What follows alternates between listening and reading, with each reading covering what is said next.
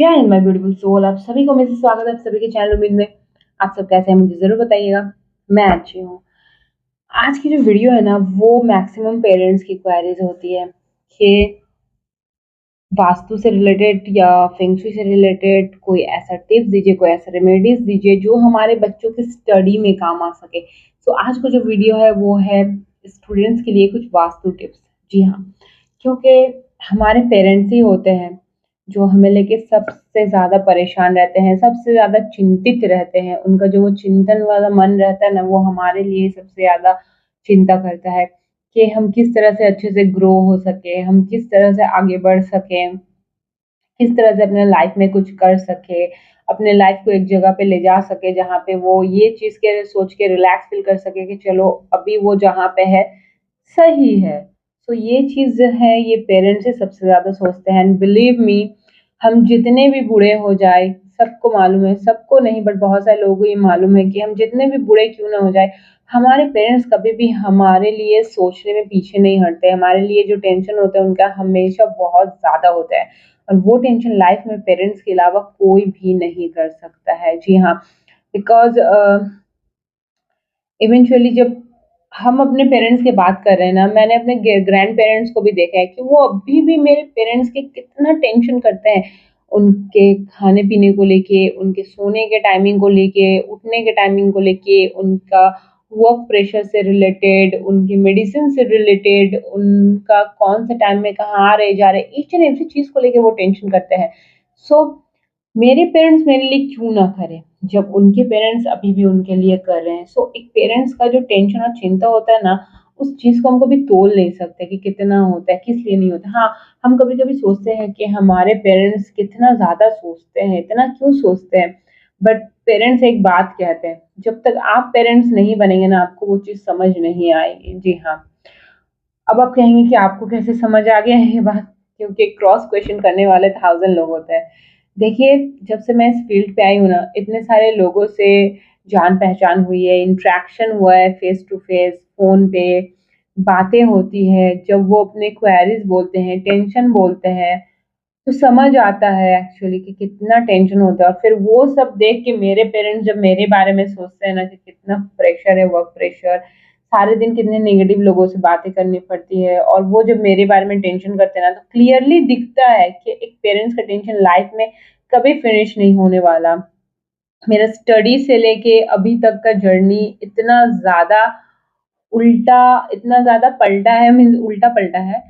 सो आप इमेजिन नहीं कर सकते, मेरे पेरेंट्स एक टाइम पे इतने ज़्यादा कन्फ्यूज़ थे, परेशान थे। मेरा स्टडी एक जगह का, मीन्स कोई और सब्जेक्ट्स का, मैं कर कुछ और रही हूँ, प्रैक्टिस कुछ और कर रही हूँ, बन कुछ और रही हूँ।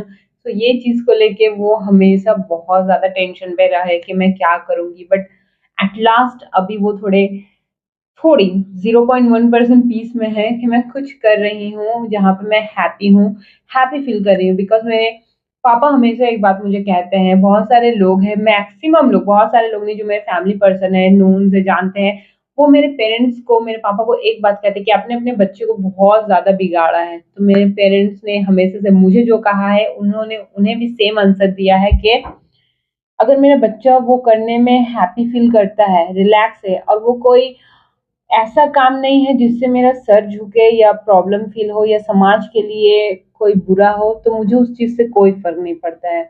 इवेंचुअली मैंने जब से होश सँभाला है और मैंने जो भी करने की कोशिश की है, मेरे पापा ने मुझे एक ही बात कहा है कि बेटा, इफ यू आर हैप्पी बच्चा, तो सब सही है, एवरीथिंग इज़ ओके, आपको जो करना है आप वो करो। अगर आप खुश हो तो सब ठीक है।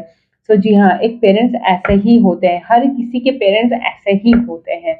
तो पेरेंट्स का चिंता मैं अच्छे से समझ सकती हूँ और हर वो पेरेंट्स समझ सकते हैं, इस वीडियो से रिलेट कर सकते हैं कि एक बच्चे के लिए उनका टेंशन किस तरह से होता है। सो वास्तु हिसाब से आपका बच्चा किस तरह से स्टडी करे स्टूडेंट, आज मैं वही आपको बताऊँगी। तो सबसे पहला है, बच्चा जब पढ़ने बैठता है, आपका बच्चा बहुत ज़्यादा छोटा हो या बड़ा भी हो, आप ख़्याल रखना कि वो ईस्ट की तरफ, यानी कि जिसे हम पूरब दिशा कहते हैं, उस तरफ उसका फेस हो, क्योंकि पूरब दिशा होता है वहाँ से सूरज उगती है। हम तो आप समझ सकते हैं वो कितना ऑस्पिशियस माना जाता है। सो आप कोशिश करें कि आपके बच्चे का फेस हमेशा ईस्ट की तरफ हो, तो वो सबसे ज़्यादा अच्छा होता है। स्टडी का दिशा जो हम कहते हैं, विद्या की दिशा जो मानी जाती है, वो ईस्ट की तरफ होती है, तो वो ईस्ट की तरफ फेस करके बैठे तो सबसे अच्छा है। नेक्स्ट, आपको ख़्याल रखना है, बच्चा जब पढ़े ना, तो बच्चा जब लिखता है, पढ़ता है, तो बहुत ज़्यादा ऐसे बेंड हो जाता है।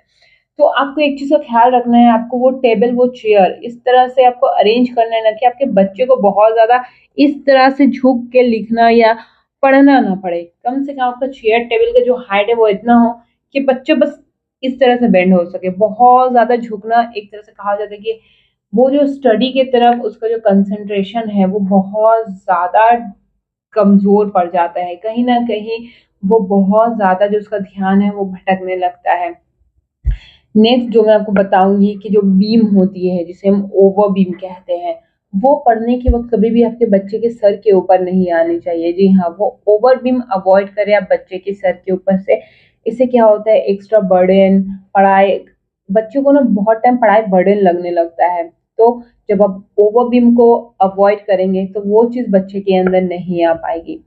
नेक्स्ट जो मैं कहूँगी कि बच्चे का जो स्टडी रूम है वो बहुत ज़्यादा neat and clean and clutter free होना चाहिए। जितना कम सामान उतना ही अच्छा। बिखरा हुआ सामान बिल्कुल ना हो, ज़रूरत से ज़्यादा सामान बिल्कुल ना हो, ज़रूरत से ज़्यादा फर्नीचर बिल्कुल ना हो, बिकॉज़ वो हमेशा neat and clean and clutter free होना बहुत ज़्यादा ज़रूरी है।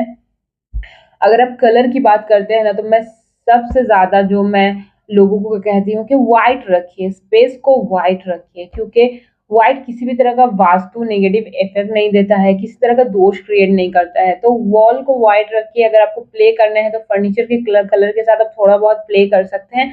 अदरवाइज़ आप व्हाइट ही रखिए। मेरा ऑफ़िस का जो स्पेस है, मेरे जो बेडरूम है, वो पूरा मैंने व्हाइट ही रखा हुआ है। तो आप भी व्हाइट रखिए।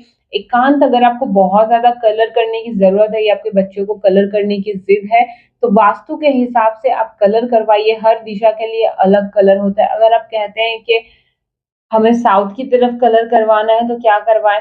तो मैं कहूँगी साउथ की तरफ आप रेड या ऑरेंजिश कलर करवा सकते हैं।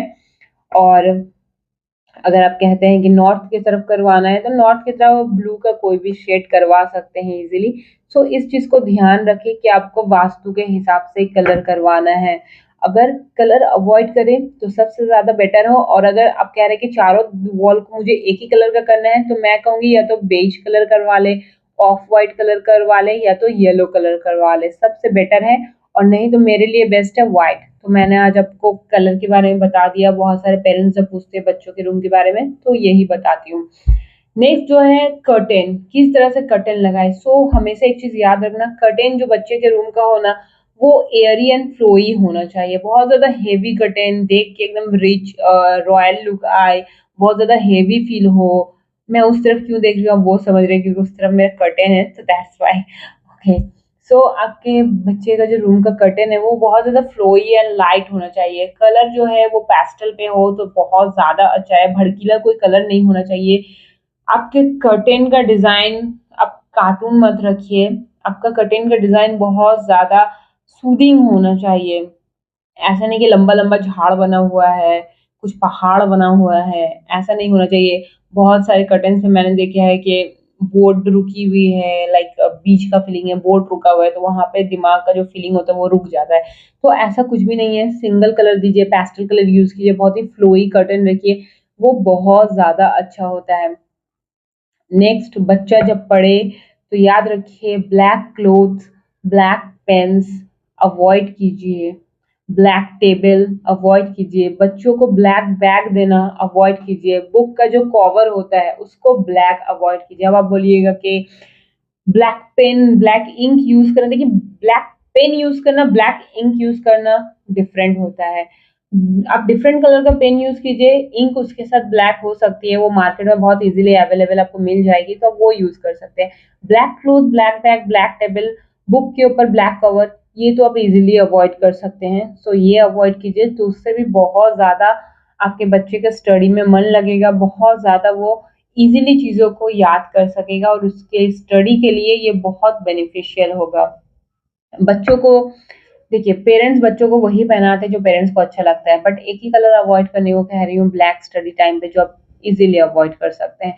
नेक्स्ट, बच्चे को जो स्टडी टेबल है उसका जो कॉर्नर होता है, आपको ये ध्यान रखना है वो नोकीला नहीं होना चाहिए।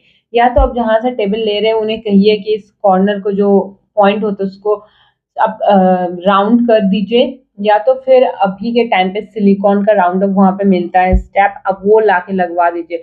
सबसे बेस्ट जो ऑप्शन वो होता है ना, मैं कहती हूँ आप जहाँ से खरीदते हैं वहां से सिर्फ थोड़ा बोलिए कि अब घिस दीजिए इस चार कॉर्नर को, तो वो सबसे ज्यादा बेटर होता है। बिल्कुल भी स्टडी टेबल का कॉर्नर होता है ना वो नोकीला नहीं होना चाहिए। आपका बच्चे जो टेबल जो चेयर पे बैठ के पढ़ रहा है वो चेयर पे आपको ध्यान रखना ना, ये जो दो साइड ना मैंने बहुत जगह देखा है शिखर की तरह ऐसी उभरी हुई होती है दो कॉर्नर, वो ना हो, फ्लैट हो तो ज्यादा बेटर है।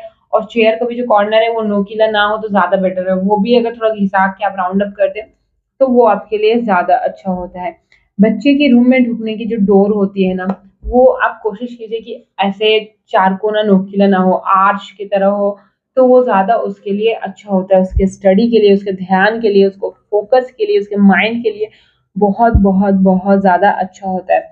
और स्टडी टेबल आप कभी भी हद से ज़्यादा बड़ा या हद से ज़्यादा छोटा मत रखिएगा, मीडियम साइज़ का रखिए ताकि उसका पढ़ाई अच्छे से हो जाए, उसके पढ़ाई के टाइम के जो बुक्स है वो आ जाए।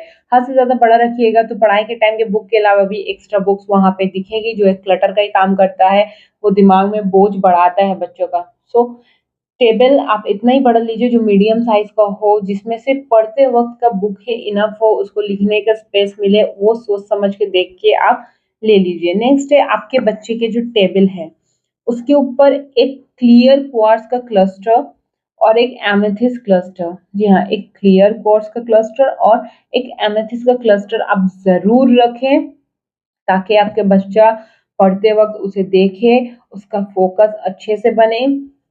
और आप कोशिश कराइए कि बच्चा एटलीस्ट वीक में 1 दिन वो 2 क्लस्टर को लेके हैंड पे थोड़ा-सा एटलीस्ट 10 मिनट भी मेडिटेट करे, ताकि उसका फ़ोकस बढ़े, वो अच्छे से पढ़ सके, उसका ध्यान पढ़ाई में लगे, उसको वो चीज़ याद रहे।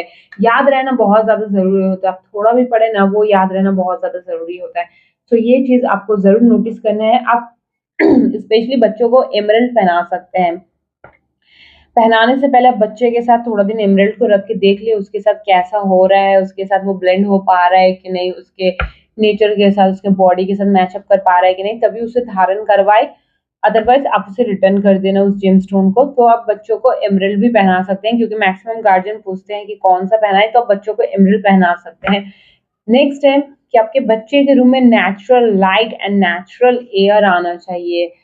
आपका बच्चा का रूम ऐसी जगह पे होना चाहिए जहाँ पे खिड़की से, दरवाजे से नेचुरल लाइट आए, एयर आए, हवा आए, सर्कुलेट हो वो सब रूम में प्रॉपर्ली, तो उससे उसका पढ़ाई का कंसंट्रेशन बहुत अच्छे से बनता है, चीज़ें याद रहती है, उसका फोकस बहुत ज़्यादा अच्छा होता है। और लास्ट जो मैं कहूँगी वो है कि आपका बच्चा जब पढ़ ले तो ये ख्याल रखें, आप भी ख्याल रखें कि उसका सारा बुक क्लोज हो, कोई भी उल्टा हुआ नहीं हो, ओपन नहीं हो, सब बंद हो, और अगर पढ़ाई हो चुकी है तो वो टेबल पूरा क्लीन हो, किताब वहाँ से हट जानी चाहिए। तो ये कुछ चीज़ आपको नोटिस करनी है आपके बच्चों के लिए, उसके स्टडी के लिए, क्योंकि स्टूडेंट्स के लिए यही बहुत ज़्यादा ज़रूरी होती है। इसके अलावा अगर आपको कोई भी क्वेरीज हो, क्वेश्चन हो, कमेंट बॉक्स में ज़रूर पूछिएगा, मैं आपको ज़रूर रिप्लाई करूँगी। बस हाँ, नेगेटिविटी मत फैलाना, इट्स माय हम्बल रिक्वेस्ट। तो मिलती हूँ नेक्स्ट वीडियो में। Thank you so much. Vande Mataram.